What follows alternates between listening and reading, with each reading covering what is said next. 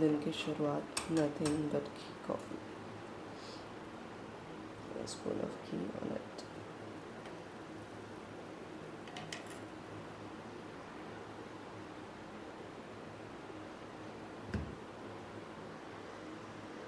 Diet on point.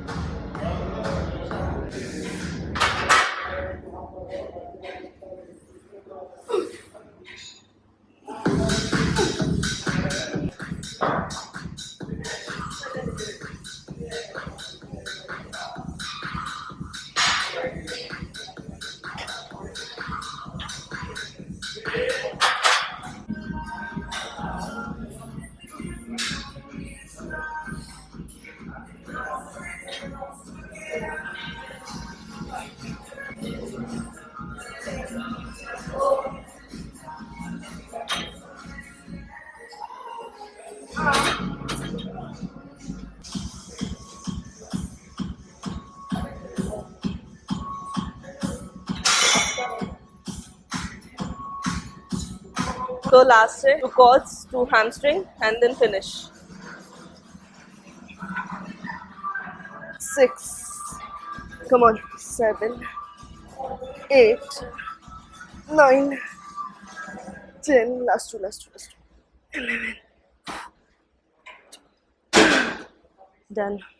लोगों को नहीं पता है कि कंटेंट तो मैं क्रिएट करती हूँ, ये मेरा फुल टाइम वर्क है, लेकिन उसके अलावा मैं क्लाइंट्स को भी ट्रेन करती हूँ, पर्सनल क्लाइंट्स ट्रेन करती हूँ, योगा के क्लाइंट्स भी लेती हूँ।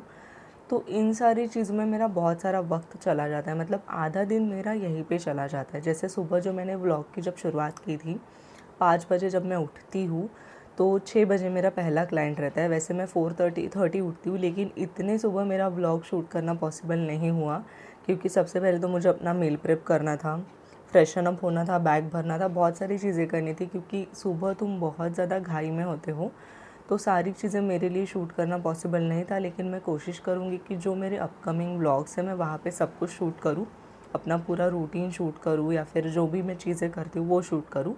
आज का वर्कआउट बहुत ज़्यादा हेवी हो गया। एज़ यूजुअल लेग्स का वर्कआउट था, तो मैंने बहुत ज़्यादा खुद को पुश किया। मेजरली मैंने 4 इवेंट्स ऐड किए, जो थे leg extension, leg press, RDL and then seated hamstring curl. इन चारों पे ही मैंने बहुत ज़्यादा फोकस किया। वो इसलिए क्योंकि मैं ऑलरेडी हफ्ते में 2 बार लेग्स करती हूँ, और ऐसा सेपरेशन करती हूँ quads and hamstring, hamstring and ग्लट्स।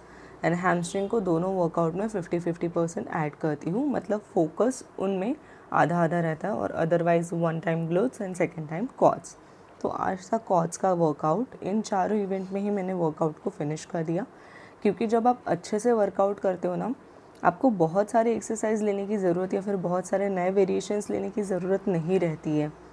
आपको जो बेसिक्स है वो उस पर प्रोग्रेस कैसे करना, ये ज़्यादा आपको ध्यान में रखना पड़ेगा। क्योंकि मेरी भी बहुत ज़्यादा पहले आदत थी, जब मैं बिगिनर थी, मैं वेरिएशंस की तरफ ज़्यादा ध्यान देती थी, और मेरे माइंड में सिर्फ ये रहता था कि मैं 1 डे एट अ टाइम, मतलब एक दिन में ही एक ही सेशन में 8 एक्सरसाइज इंक्लूड करूं, और उसके कारण मेरा वर्कआउट तो बिगड़ ही जाता था और अच्छे से फोकस भी नहीं होता था। तो हमेशा आपको भी ये टिप बहुत ज़्यादा इम्पॉर्टेंट रहेगी, या फिर आपको भी ये जो टिप मैं आपसे शेयर कर रही हूँ आपको हेल्प करेगी कि कभी भी ज़्यादा एक्सरसाइज की तरफ मत जाओ। आप जितनी एक्सरसाइज परफॉर्म कर रहे हो, जितने इवेंट्स परफॉर्म कर रहे हो, वो अच्छे से परफॉर्म करो, इसके तरफ ज़्यादा ध्यान रखो। बस वर्कआउट होने के बाद मैंने अपना प्रोटीन इंटेक कंप्लीट किया। मैं तुरंत ही अपना प्रोटीन इंटेक जिम में लेती हूँ, लेकिन आज मैं वो सारी चीज़ें शूट करना या फिर रिकॉर्ड करना भूल गई। वो इसलिए कि वहाँ पे एक मतलब स्पेस है जहाँ पे वर्कआउट होने के बाद सब प्रोटीन वगैरह पीते हैं या फिर स्ट्रेचिंग करते हैं, वॉटेवर। वहाँ पे रिनोवेशन का काम चल रहा था। घर आने के बाद आधे घंटे के ब्रेक के बाद मेरा मील रहता है लंच का, जो दिन भर में से मेरा एक कंप्लीट मील रहता है, जहाँ पे मैं चावल, भाकरी, जवार की रोटी, और ऐसा मतलब पूरा जो इंडियन देसी मील है वो मैं लेती हूँ। बाकी सुबह तो मेरा दूसरा मील रहता है जो मैं खुद प्रेप करती हूँ, और डिनर वाला भी मैं खुद ही रेडी करती हूँ, मतलब खुद ही सारी प्रिपरेशन करती हूँ। खुद ही जस्ट वीडियो शूट करने के पहले मैंने एक बाउल, एक छोटी कटोरी प्रोबायोटिक कर्ड लिया है, और अभी मैं मतलब पॉसिबल तो नहीं कि मैं अपने पूरे दिन का डाइट दिखा पाऊँ, लेकिन मैं कोशिश करूँगी कि मैं जो भी व्लॉग्स बना रही हूँ उसमें मैं एटलीस्ट अपना थोड़ा थोड़ा शेयर करूँ, मेरा जो मील है या फिर जो मेरा डाइट प्लान है, दिन भर में क्या खाती हूँ। मैं रोज़ ये पूरा नहीं दिखा पाऊँगी, लेकिन रोज़ के व्लॉग में मैं आपसे थोड़ा थोड़ा ज़रूर शेयर करूँगी। तो इसके लिए आपको मेरे सारे व्लॉग अच्छे से देखने पड़ेंगे।